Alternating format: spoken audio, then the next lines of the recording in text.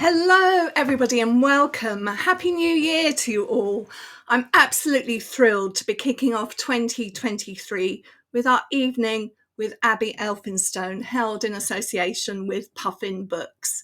We're going to be celebrating a very special book, Saving Neverland, which is officially published tomorrow, the 5th of January.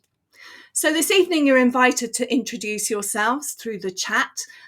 We do have some younger viewers joining us this evening, so we're going to be aware of that as we go through the evening. So please, if you've read an advanced copy of the book, be aware if you're asking questions, no spoilers, please. A little bit of housekeeping. As I say, please do introduce yourselves through the chat if you would like to. And some exciting news, because I do have a competition and I'll be giving away 4 copies of this beautiful hardback edition this evening. You'll need to listen carefully because the answer to the question that I'm going to pose at the end of the event, well, it will be hidden there somewhere in today's event. I've wanted to start by introducing Abi. I'm sure that most of you are here because you've been enthralled by Abi's wonderful fantasy adventures. Perhaps you've journeyed with Esker through the wintry land of Erkenwald, or maybe you've cheered on Casper Tock as he reluctantly discovered the thrill of adventure.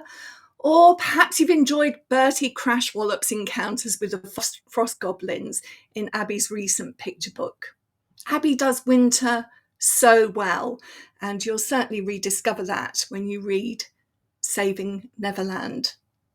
I wanted to sum up Abi's writing as a feeling, and the thing that got closest to me was a winter walk in one of my favourite places, the bleak, blustery salt marshes, and then returning home in late evening to twinkling lights, a hot pot of tea, and toasted crumpets.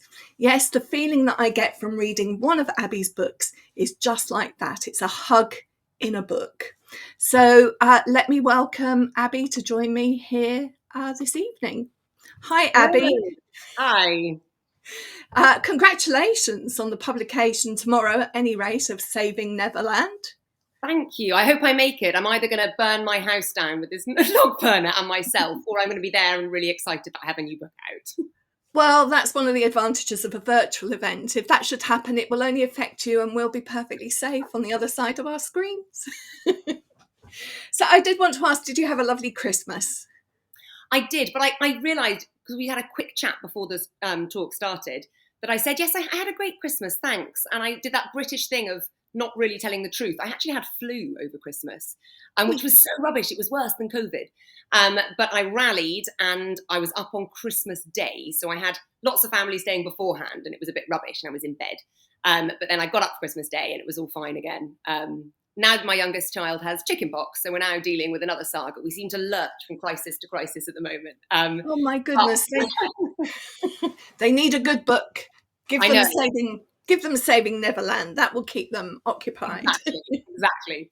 But no, we had a lovely festive time and New Year was great. We were down in Northumberland, which was great fun.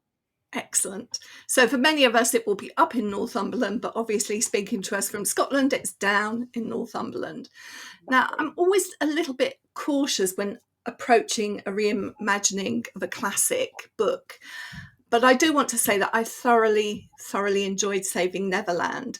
I thought it was refreshing, original, but it managed to retain an essential core, I felt, of the original story. And I think we're going to talk about that a little bit later on. But I wanted to know where this project started. Had you always wanted to write a sequel to this story? Where did it begin?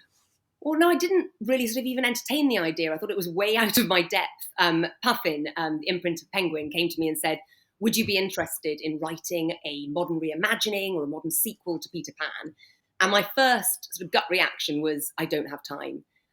Puffin asked me in the same year I was due to move house 3 times, up from London to Scotland, and various rental houses fell through. It was all sort of just before the pandemic. It was all a bit hectic.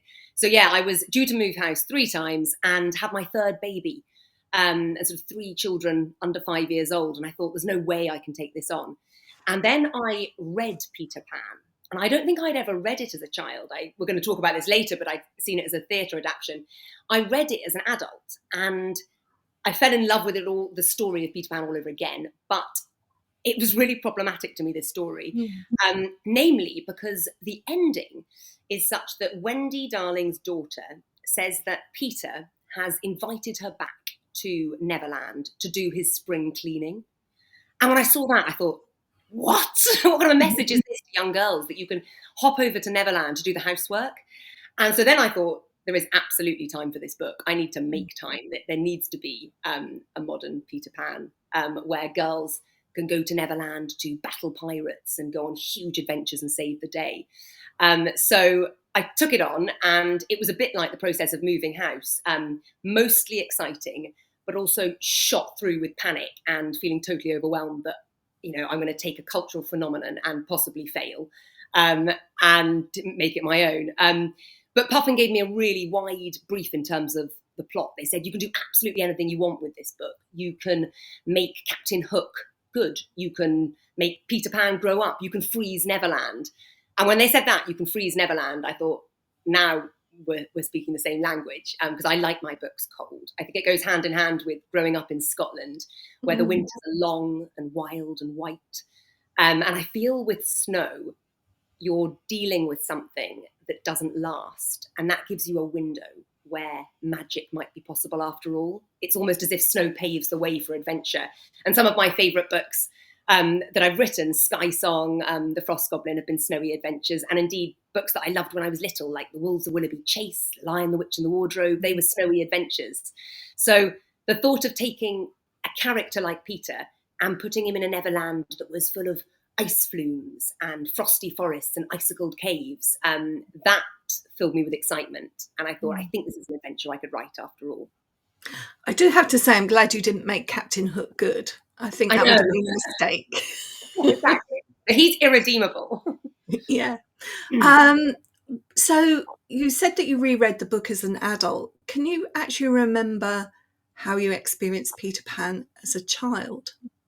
Well, I grew up outside a tiny village called Edsall, in the northeast of Scotland. I'm now down in East Lothian, so a bit further south. But I grew up there, and I grew up 10 minutes away from Kirriemuir, which was where J.M. Barrie, the author of Peter Pan, was born. So I was aware that there was this importance, about a geographical importance about Peter Pan and J.M. Barrie to where I grew up. But I remember the first time I encountered Peter Pan was in a play. I think it was in Dundee or Edinburgh. And we had really cheap seats. We were right at the back. We could barely see. But I think that's the best for watching Peter Pan on stage, because when they fly the characters to Neverland, you can't see the strings and the ropes. So your belief is suspended that much more. So I remember thinking that it was absolutely mesmeric watching these children fly from a nursery window and arriving at Neverland. But I don't think I read the book when I was younger. And I think there's probably a reason for that, because it all started, J.M. Barrie wrote a book called The Little White Bird, where Peter Pan featured in this book as a story of his own, and it was aimed at adults. And then he put the play on, and then after the play was such a success, he then wrote Peter Pan down as a book. And it's a very odd book. It's brilliant, but it's deeply odd as well. So I don't think I remember encountering it as a novel as a child. But I remember all the merchandise. I mean, the Peter Pan crockery used to see in John Lewis, and Baby Grows, and you can get knickers with Captain Hook on, I think. I was very disappointed that nobody got me those for Christmas this year. If only I'd known. If only I'd known. I have to say that it was a better play than a book originally. And of course, lots of our viewers today will have encountered Peter Pan perhaps as pantomime, which is quite different from the play, actually. And I think or perhaps as one of the many films that have been made. So there is something about it that which is the hallmark of a classic, that a book that is constantly remade by generations of readers to suit new generations. But it's odd that the first ever showing of Peter Pan in 1904, as a play, it was almost exclusively for adults. So there were hardly any children in the audience.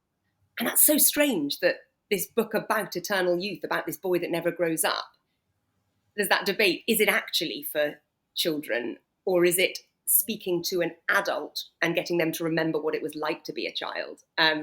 So yeah, the first play, I think even J.M. Barrie himself, he refused to put his name to it. He said it was anonymous. And then on the first night of it being shown in London, he said to the actress playing the nurse, the maid, sorry, "You say you wrote it." And so she said she wrote it. And then even when he wrote the screenplay down, or the script down, he wrote a dedication saying that he couldn't actually recall whether he'd written it or not. So there's this ambiguity about who it's for, even though we know Jane Barrie wrote it, but what was his real intention? So interesting. And there's a lot that we could talk about. And I think we might come back a little bit later to some of those tensions between childhood and adult. But it has to be said that your book is quite firmly a book that appeals to children, although I'm sure that many adults are going to enjoy reading it as well. It certainly doesn't have any of those tensions about who is it for. Maybe this is a good time actually to get a sense of the story. Maybe you could start by reading the beginning of the story for us, and perhaps setting it up for us a little bit. Perfect. So here is Saving Neverland. Very exciting hardback. You can't really see, but there's gold foil, so it's very glossy. And I'm going to read from the very beginning. So I almost actually am not going to say anything about the story, because I'm going to dive straight in. I'm going to do a reading later on, and I'll give you a bit more of a context then. But I'm going to dive straight in here because it should make sense, because it's the start. So chapter 1 of Saving Neverland. Number 14 Darlington Road in Bloomsbury, London, looks like a perfectly ordinary townhouse. At first glance, anyway. It is tall and thin, with 3 rows of windows and a blue door with a brass knocker, almost an exact copy of the terraced houses either side of it. And yet, if you were to linger a while outside number 14, you would notice that one of the top floor windows, the one with the white cotton curtains billowing in the breeze, is never shut. Even on the coldest winter nights, when frost clings to the rooftops and the air swirls with snow, you will find this particular window wide open. Had 10-year-old Martha Pennydrop known there was something strange about this window when her family moved into the house a few weeks ago, I very much doubt she would have chosen the room beyond it as her bedroom. But it had been the start of the summer holidays, when nights are warm and bedroom windows are often left open. So she wasn't aware that this one was impossible to shut, and that it had been that way for over 100 years. And she certainly wasn't aware that magic was involved, because until the mischief kicks in, magic looks remarkably innocent. So that's the beginning, and so follows a story about a 10-year-old girl called Martha Pennydrop, who's just desperate to grow up. But growing up's a tricky business, because it means saying goodbye to imagination, fun and magic, because those were the very things that led to something terrible nearly happening to Martha's little brother Scruff, which would have been all Martha's fault. So she's desperate to grow up and forget about childhood, but then Peter Pan turns up at her window. She's actually living in Wendy Darling's house. So the original house that the Darling children lived in years ago, which Peter Pan visited. And Martha discovers strange gold sand in a drawer of her bedside table. It actually is fairy dust. Peter arrives and says, we're going to need every ounce of that fairy dust to get over to Neverland, because Captain Hook has frozen the island. And if we don't unfreeze it and save all the magical creatures there, then the ghost of Captain Hook will return, and with it his hideous pirates. My goodness me. If that doesn't hook you, folks, I don't know what will. Great pun, Nikki, great pun. Totally unintentional, Anyway, I think we've already mentioned that, with children's classics from the 19th century, early 20th century, there are going to be problems. But what was it in particular that had that really strong appeal for you? I think a number of things. There's so much to love about the original, and the intoxicating wonder of flying over the River Thames and arriving at Neverland. the nail-biting peril of outwitting strange beasts and pirates, the wit and bravado of Peter Pan himself, and that joy and ache, that toing and froing of growing up. I loved all that. I re-loved it when I read it again as an adult. But I did realise how complicated and problematic the book was. The book is. There's the overt sexism, the racist stereotypes. J.M. Barrie has the Native American Indians. These are, cultural terminology that's absolutely inaccurate and offensive.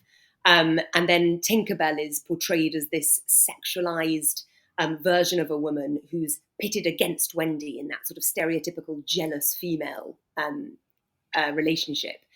And so I wanted to retain what was really precious about this story and the fact that it is this cultural phenomenon. It's endured. There is so much to love, but there is a lot that needs to be adapted for a modern audience. So I wanted to retain what was special and precious and then make it a more inclusive and contemporary story.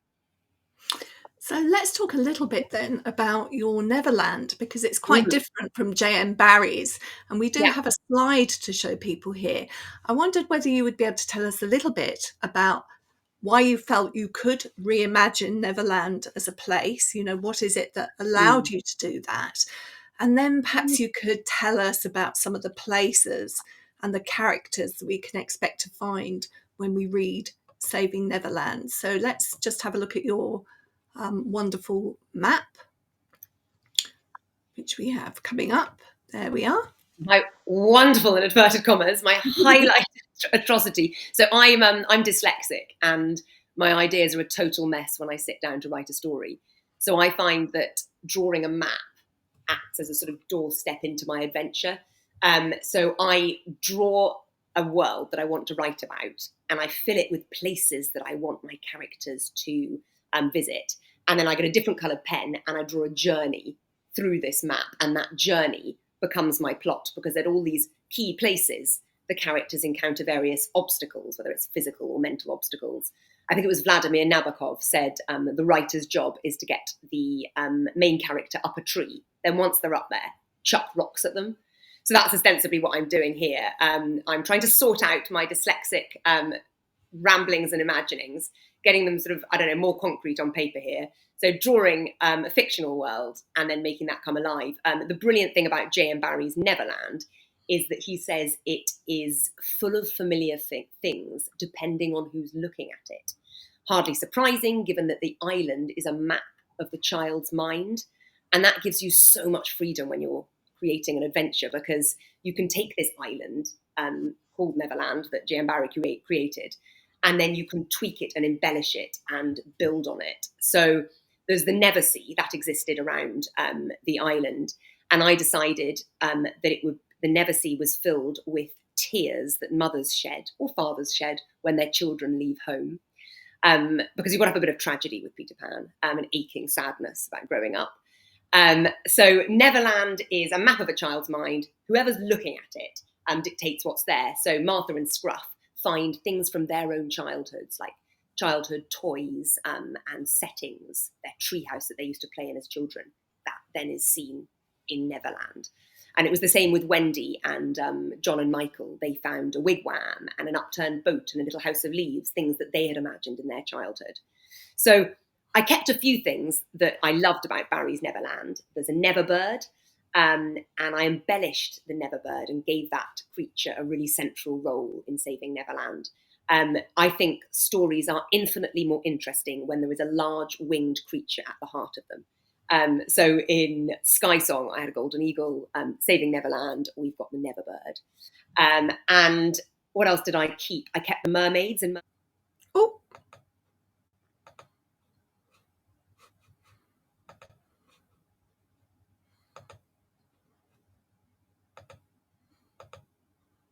stories.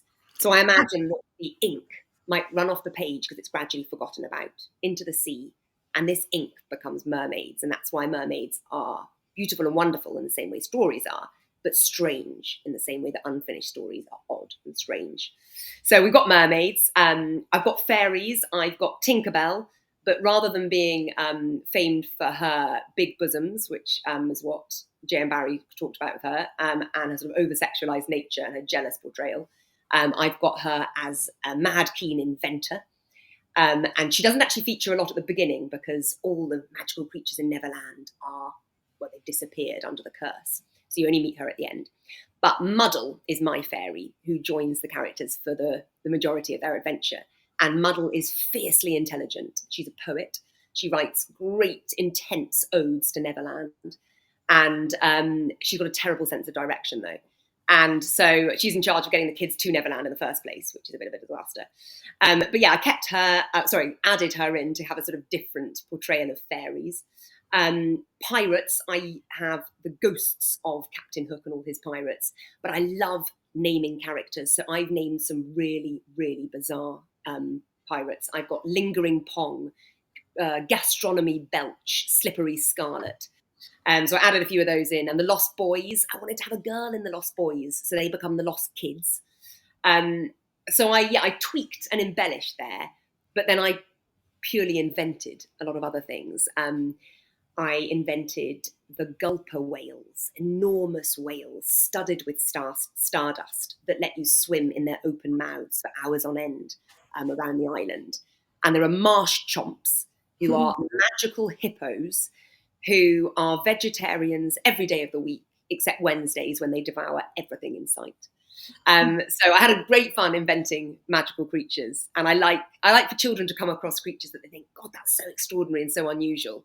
And I'm often talking when I do school events to children about the extraordinary creatures that aren't magical that exist in our world. And they're often starting points for me when I do invent really bizarre creatures. So I think in one of my books, The Crackle-Dawn Dragon, I had these magical frogs that could burp the alphabet backwards. And I remember Catherine Rundle, the author Catherine Rundle, she was telling me about African wood frogs and how they can freeze solid in the winter months and stop their heart. They have a self-galvanizing heart, so that come spring, they can reawaken and come alive again. And that's not a magical creature, that's just something that exists in our world. So I love writing books that might stem from creatures that I think in our world are extraordinary and magical, but that lend and tip over into fantasy. What about childhood toys, and Yes. are they important as well? Very. So I'm 38 years old, and until last year, I slept with my teddy bear still in the bed. I don't know what the moment was when I finally decided that was not going to happen anymore. But here he is. This is my very first teddy bear. Very, very loved. Very skinny. Very long. And my mother actually gave me a teddy bear this Christmas that was exactly the same type of teddy bear from the same shop. And it was, I can't remember, something really special about it. I think it was like a heritage teddy bear or whatever. And I cried on opening it because it brought back so many memories of what this guy used to look like. And I'm going to give it to my daughter. But yeah, so in the book, both Scruff and Martha, the two characters from the mainland, they have childhood toys that they encounter in Neverland. So Scruff, who's 7 years old, has a teddy bear called None the Wiser. And he's very long-suffering and he's constantly being clipped round the ear and bashed off lampshades or whatever. But Scruff loves him and he plays a central part in the story. And then Martha's teddy, I might not say what that is because he creeps up in a very unexpected way. A bit bigger, larger than life kind of way. Abi, did your teddy have a name? It's so boring. Teddy. Okay, I wish I could be wiser. And considering how much I love naming characters now, like I've got a character in a sort of flustered mermaid in the Crackle-Dawn Dragon called Perpetual Faff, and a very unfit hippogriff called Total Shambles. Like I love naming characters, and the fact that I was so terrible at it as a child. So Teddy, yeah. And then I had one from Marks and Spencer's that was called Spencer Bear. I don't think much on the originality score either. Oh, so I did want to ask you whether that bear had been pre-owned or whether it's just been carried around so much. He has. He's got an opening here, and he's very rough and coarse inside, like a proper teddy bear, not just like one of the Jellycat ones, which are very sweet and soft and cuddly. But this is the real deal. This is sort of hard things inside them, like marbles or whatever. He's very, very large. It's probably horsehair or something like No, that. it's so uncomfortable. I was giving him a little cuddle earlier and I thought, oh. Yeah. I'd like to know a little bit more, I think, about that relationship between Martha and Scruff, because Peter Pan is partly a story about mothers and mothering, not only Wendy, but Mrs. Darling. And for reasons that you've explained, you've kind of imagined that. But there is still this aspect of taking care of each other. And in some sense, Martha is a mother-like character to Scruff. Yeah. I mean, Martha's the older sister, and she lives in fear of the terrible day repeating itself, which is when something, as I said earlier, something awful really nearly happened to her little brother Scruff that would have been all her fault. So she feels this terrible sense of responsibility for Scruff. She's in a single parent family. She's only got a dad. And the dad is well-meaning, but very, very busy, and isn't around that much. So it falls on Martha to look after her little brother Scruff. And initially I wrote the book with this idea of Martha saving Scruff and Martha sorting things out. And then my very wise editor said, I think Scruff is really capable. I think 7-year-olds are capable of a lot more than you think. And I thought, you're right. And so Scruff goes on an adventure. He gets kidnapped very early in Saving Neverland. That's not a spoiler. They get to Neverland and he is kidnapped. And so the driving force of Martha to go on this adventure is to get her little brother back. She doesn't care about Neverland and saving that. She wants her brother back. But she learns to care about Neverland and about what that means. But Scruff doesn't just wait. He's not a passive character. I think 7-year-olds are remarkable creatures. I love their straight talking, their wild ideas, their ferocious bravery. And so I wanted all those things to come out in little Scruff. And so he goes on a totally separate adventure, one filled with neverbirds and frost bears and ice snow tigers, while Martha is crossing snowbound mountains and forests to find him. So I actually wrote the whole book just thinking about this, initially with the protagonist as a boy alongside Peter Pan. So I wanted to have two different types of masculinity, I guess, this bravado, this very masculine in the original sense in Peter, and then a maybe softer, more maternal boy that would lead the adventure. But my editors said, we love the book, we love the adventure, but we do think that Wilbur should be a girl.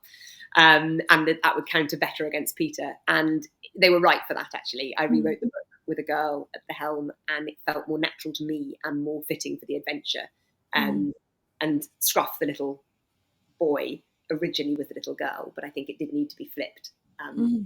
Interesting. Sometimes you don't realise until you're in the process of doing it. And I thought the contrast was against Peter and a different type of boy. And I loved writing, in my book Sky Song, I've got a boy called Flint, and he's being trained to be a warrior out in this magical kingdom called Erkenwald, because that's what it means to be a man. It means you've got to fight and be brave. He has a little sister who has Down syndrome, and he's actually brilliant at being kind. He's a fantastic inventor, and he does go on and save the day, but he's really, really kind. And I think there's a line in that book that is, gentleness is a mighty word, because you've got to be strong of heart to be kind.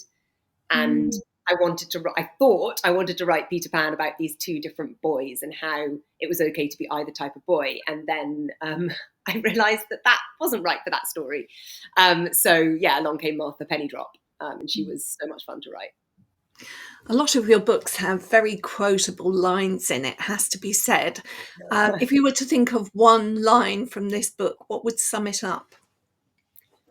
I really like one of Scruff's lines, because I think that the younger the child, the more brilliant their lines are. Before I tell you what this line is in the book, my 5-year-old said the most brilliant line to me the other day. He ran into my bedroom at 6 a.m. and it was completely dark. And he said, "Hello, I finished all my dreams." And I just thought that was such a wonderful way to wake up to the world. You know, here I am, I finished the dreams, so what's next? So I think that, the younger you are, the more brilliant your lines, your one-liners. So in Saving Neverland, Scruff says, I won't say who she says this to, but she says, I always keep a fork in my pyjama pocket because you never know when you might be invited to a midnight feast.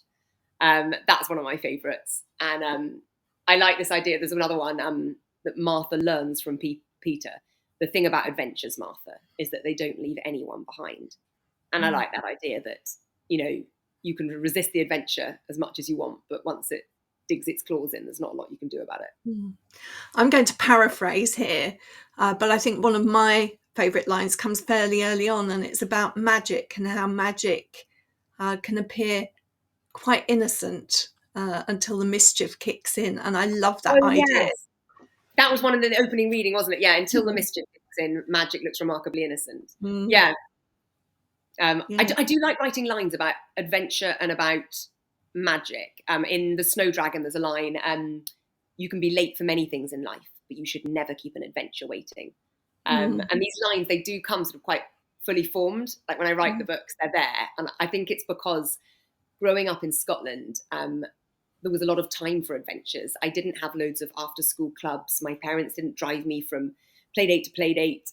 There was a lot of time being bored. And I think there's an enormous, there's a brilliance in being bored, because out of boredom you create, you invent. And I think the reason I'm a writer is because I was allowed to be bored and I was allowed to create in my garden and mix potions out of flower petals and mud. I had 3 siblings, which helped, so it was a busy family.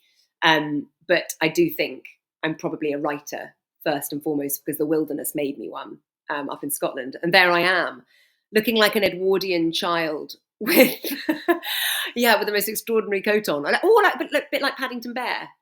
And that's with my mum up in the Highlands in Scotland where we grew up. So you can see why I write snowy books. That was basically June. That was like that most of the year round. Oh, and this is a picture of me sitting under the northern lights. So I was lucky enough before lockdowns and pandemics happened, and before the kids were quite so little, I went up to the Arctic and I went dog sledding across snowy valleys, and I watched orcas dive for herring, tiny little fish, and I watched the northern lights flicker across the sky. And that was the start of a book called Sky Song. And certainly when I reinvented Neverland into this snowy sort of winter wonderland, I was drawing heavily upon an Arctic landscape that I saw a few years earlier.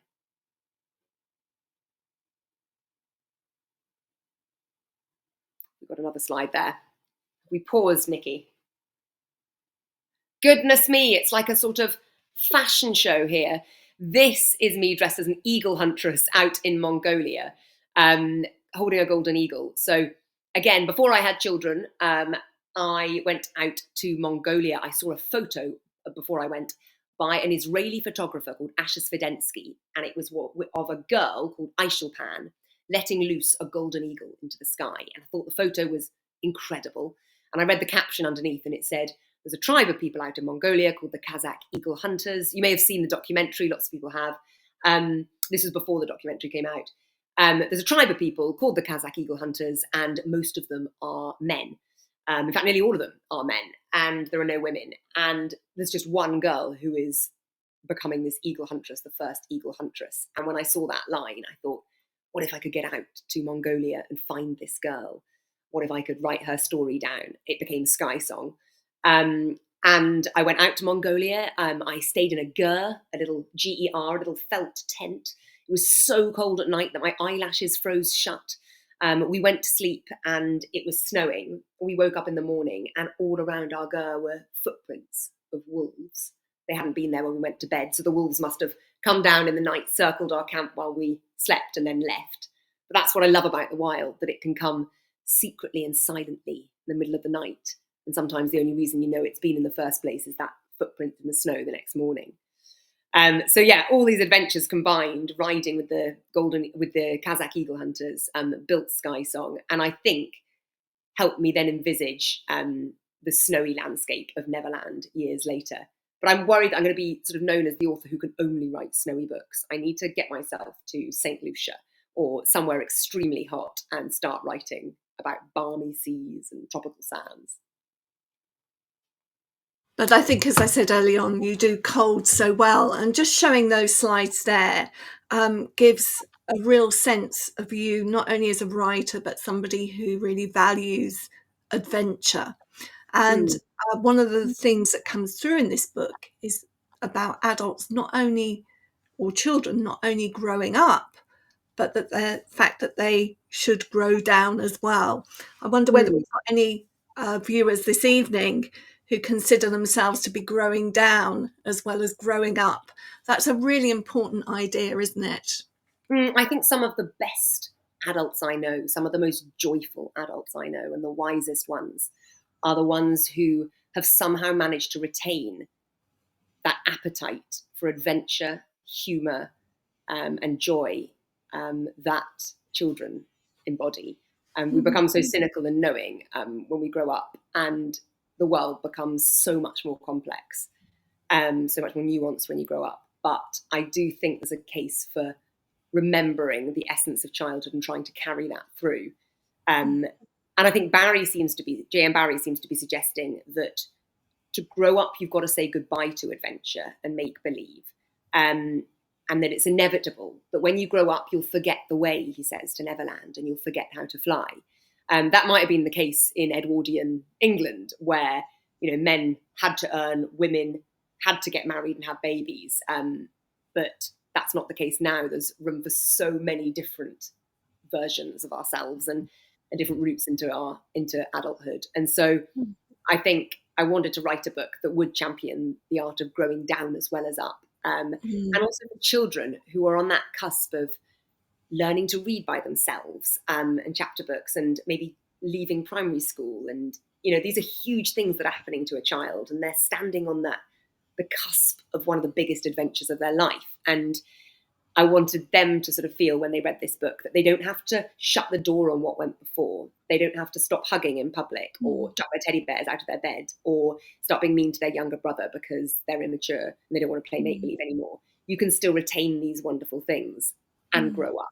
And I think you'll be all the happier and innately more joyful if you can manage that. I think that idea of make-believe is the thing that allows us to hold more than one reality in our heads. And some people retain that. And we obviously don't want to destroy anything for any younger readers or viewers that are listening in today. But I do wonder from our bigger people that are viewing, whether they feel that they can hold both of those realities still in their head, that kind of playfulness, as well as being, a grown up, and perhaps everything that comes along with that as well. I wonder whether you get a second shot at it if you become a teacher or you become a parent or a carer, because I was a teacher before I was a writer, and I suddenly started to see the world again through the children's eyes. And as a mother, you then go right back to the beginning with a child discovering, tactile, visual, everything. You've got a second shot at understanding the world, which can be a very powerful thing. So absolutely. But yeah, there is that moment that as a child, there's a sort of puncturing of belief where certain things that you thought were true, maybe you think, actually, I don't know if I believe in that anymore. And it's whether you carry on believing, even though you know deep down possibly that there's a different reality, but you might have a period where you want to still keep on believing. But I think there is a case to be said, for trying to hold on to that and trying to, keep it close so that when the pandemics come and the cost of living crisis, the recession, and the world looks desperately gloomy and unsettling, and the war in Ukraine, that there are things that you've retained from your childhood that act as your armour for setting out into the world, for being able to cope with it all. I was thinking about this a little bit after our previous conversation, and we were talking about one particular aspect of childhood, and I don't want to necessarily touch on that, but I do think that magic, and when you go and see a magic show, you have that same feeling. You can still have the awe, and you believe in the magic that's taken place in front of you, even though your head is telling you there must be a way to work that out. I do think you hold both of those things in a very good magic show. I like that. Yeah, the suspending of disbelief. You just, but you don't want to. Well, I have got another question for Abi, but before I get on to that, I just want to invite our viewers this evening to add their questions into the chat, and we will have time to take some questions from the chat. So please do take that opportunity now, and we will scan and see. Great, look, we've got a couple of questions coming in here. Here's one for Kelly. Abby, do you want to read them yourself, or would you like me to? Shall I go from Kelly's one sent at 1941, yeah? Yeah. So what are your top writing tips for anyone wishing to write a story? So I'm going to answer that bit first. So I mean, when I talk to children in schools, I say there's 3 tips. One is get outside. I think the natural world is filled to the brim with wonder. Get out and experience it. And number 2 is be curious. I think if you apply 2 special words to almost any scenario, you can come up with a story. And those words are what if. So if you see a footprint in the sand down on the beach, what if that footprint belongs to a creature that doesn't technically exist? What then? What if the door in the village that nobody else has noticed leads to another kingdom?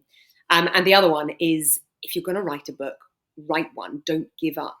It took me 7 years, 4 failed books, 96 rejection letters from agents to get my first deal. So you keep trying, don't spend too much time on Twitter and Instagram. It can feel like you're making connections, which you are, but you're not writing the story.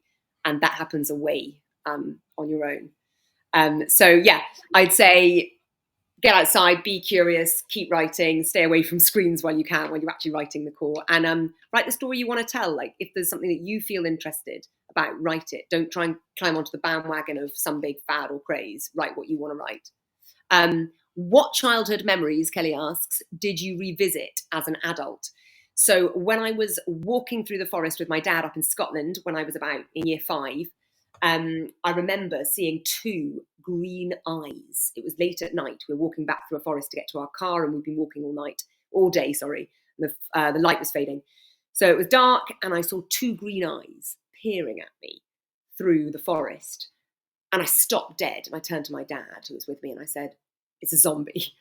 And he said, "No, it's not. It's a wildcat. There are fewer than 100 left in the UK, and you've just seen one." And I think that memory of seeing those 2 eyes glowing in the dark in a remote forest in Scotland made me want to write about a wildcat called Griff in my first book that I ever wrote, The Dream Snatcher.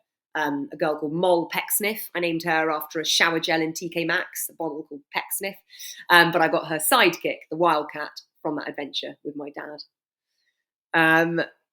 Let me think. And I'm going to go to Jodie. Where's the next one? Here's Nora. Do you think your writing has changed since your first publication? Yes. There are bits of The Dream Snatcher, my debut book, that I just can't read because I think they're so bad. But then I get letters from children saying, my favourite of all your books is The Dream Snatcher. So I don't know whether children mind about the writing style, but I feel I've learned a lot. I never did a creative writing course or really studied how to write. I just loved books, and I taught English at secondary school level.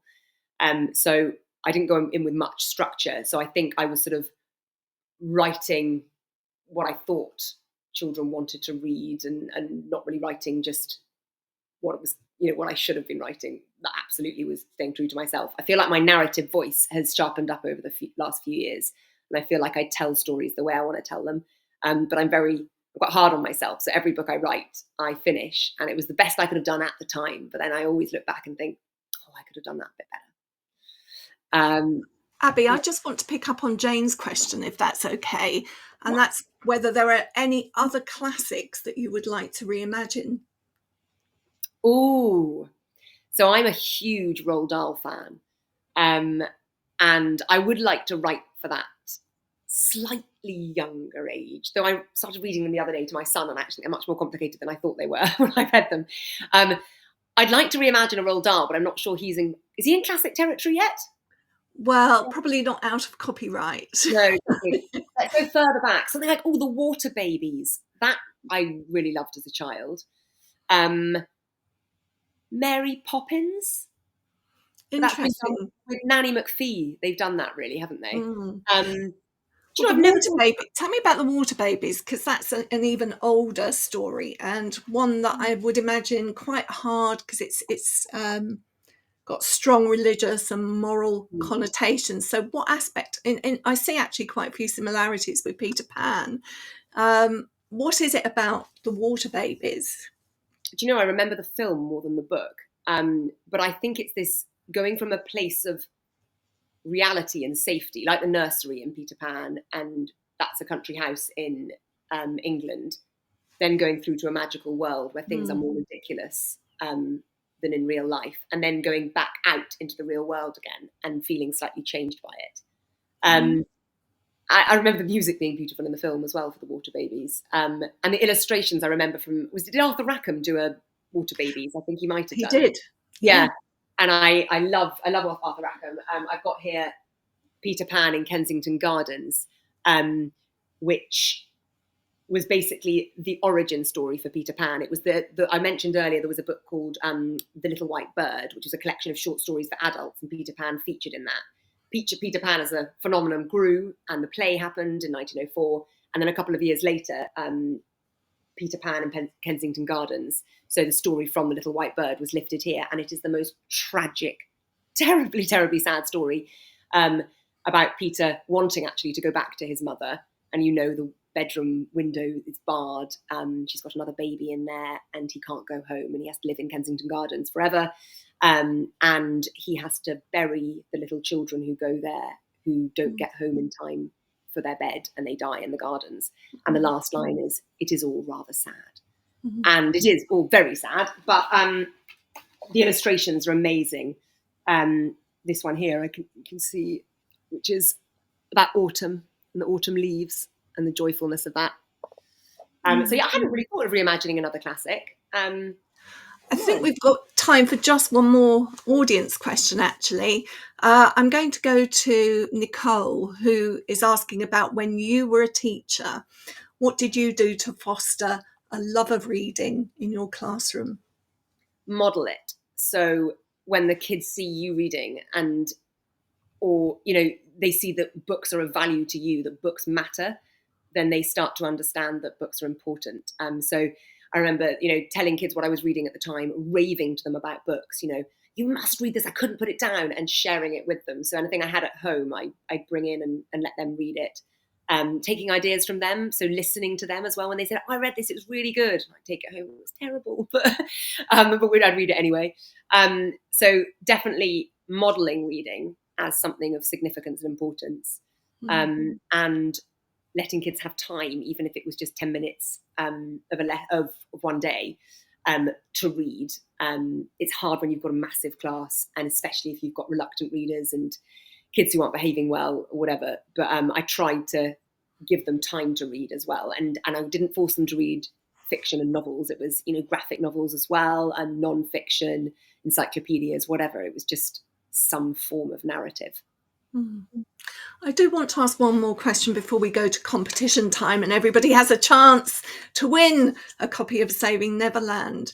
And that is about the tone of the story and the fact that I feel that you've retained some of the tragic. I don't want to tell people the ending clearly, and it's not don't worry, you're not going to be bawling your eyes out and feeling that you've just read the saddest book in the world, but you have retained some of that original tragic feel that is there in Barrie's story.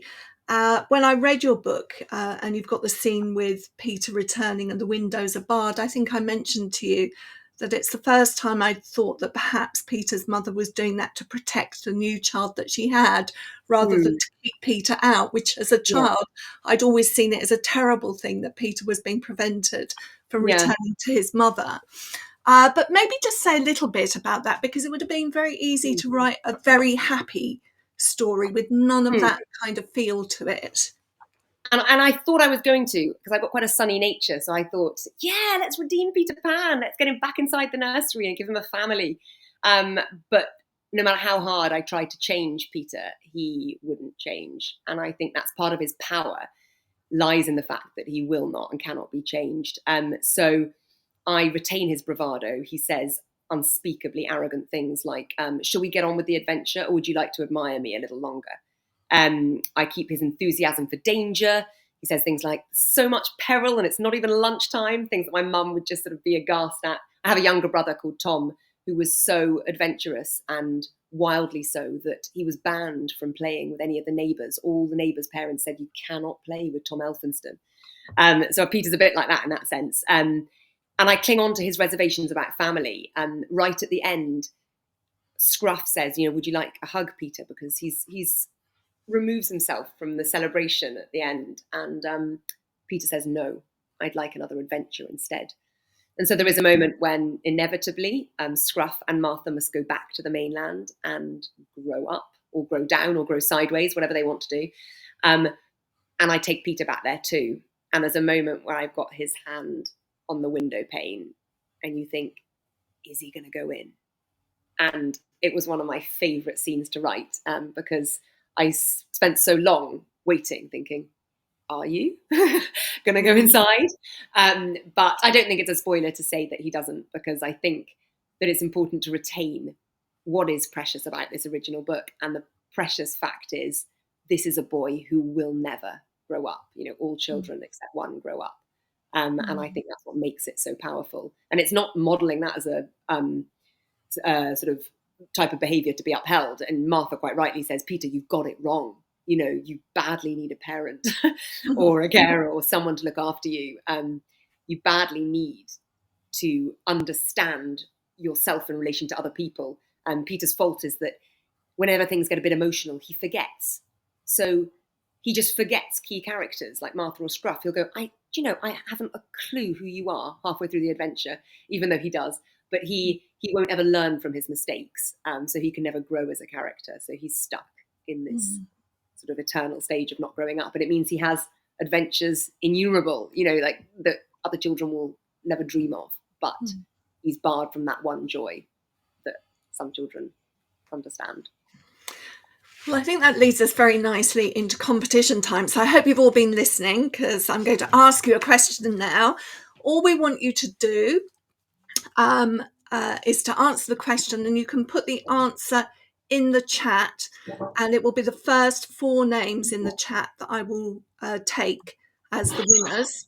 Please don't put any addresses or emails into the chat. The name alone will be enough, because I'll be able to find you from your registration, and I will then email you to let you know that you've won and ask you privately for your address so that we can send the copy of the book to you.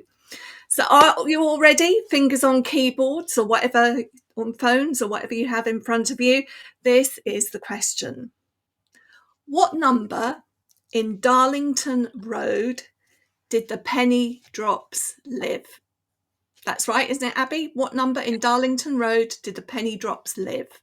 So were you listening at the beginning when we read from the story? We'll let some people start putting their answers in there. And then while we're seeing these answers come through, we won't tell you if you're right or you're wrong, but it's looking good. It's looking good. Can I just say that we're going to end our event this evening. We're really lucky because Abby's going to read a slightly longer reading for us to read us out of the event this evening. When she's finished that part of the story, the event will be finished. So there'll be no more questions after that.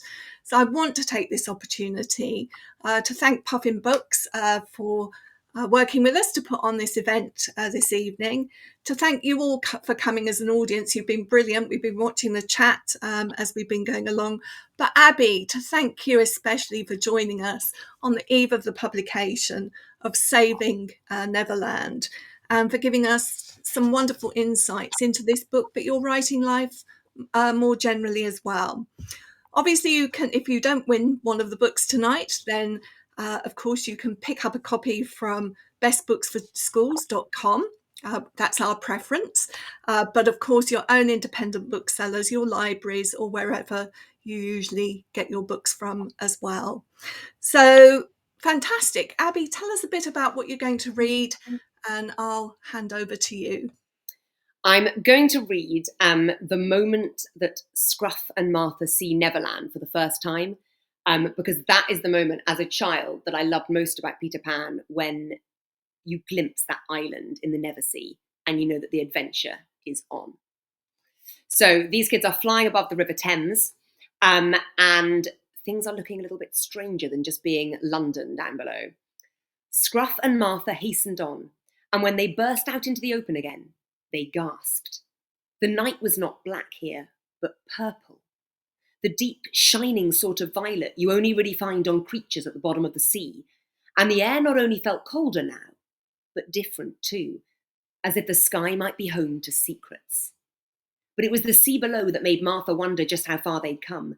Icebergs as white as chalk and as big as mountains rose up from the water, and beyond them, directly below the second star to the right of the moon, was an island. It jutted out of the sea in a vast jumble of snowbound cliffs, sprawling forests, and ice-locked rivers. Martha knew without being told, this was Neverland. Martha stared at the island in disbelief. It had been summer moments ago, but just as Peter had said, this was a land locked in winter. They flew over a frozen waterfall that might once have spilled moonlight over the westernmost cliffs, but now draped down like a cloak of ice.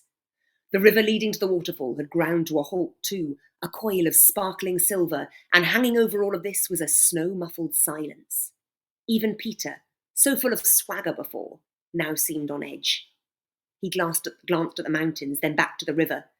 Dragontail River, the scene of my epic victory over one of Captain Hook's deadliest pirates, Gastronomy Belch. I ambushed him in his cave in the middle of the night, then fed him to a marsh chomp. Martha raised an eyebrow. Marsh chomp? A magical hippo, Peter replied. Vegetarians every day of the week except Wednesdays, when they devour anything in sight, even stinky old pirates. I didn't know pirates stank, Scruff said. Oh yes, Peter replied, of rotten fish and seaweed. You always smell them before you see them. They flew on a little further. Dragontail River used to be home to fish that blew bubbles filled with stardust, and silver dolphins that let you swim on their backs every full moon. Martha tried not to let herself get carried away, imagining what it might be like to ride a silver dolphin.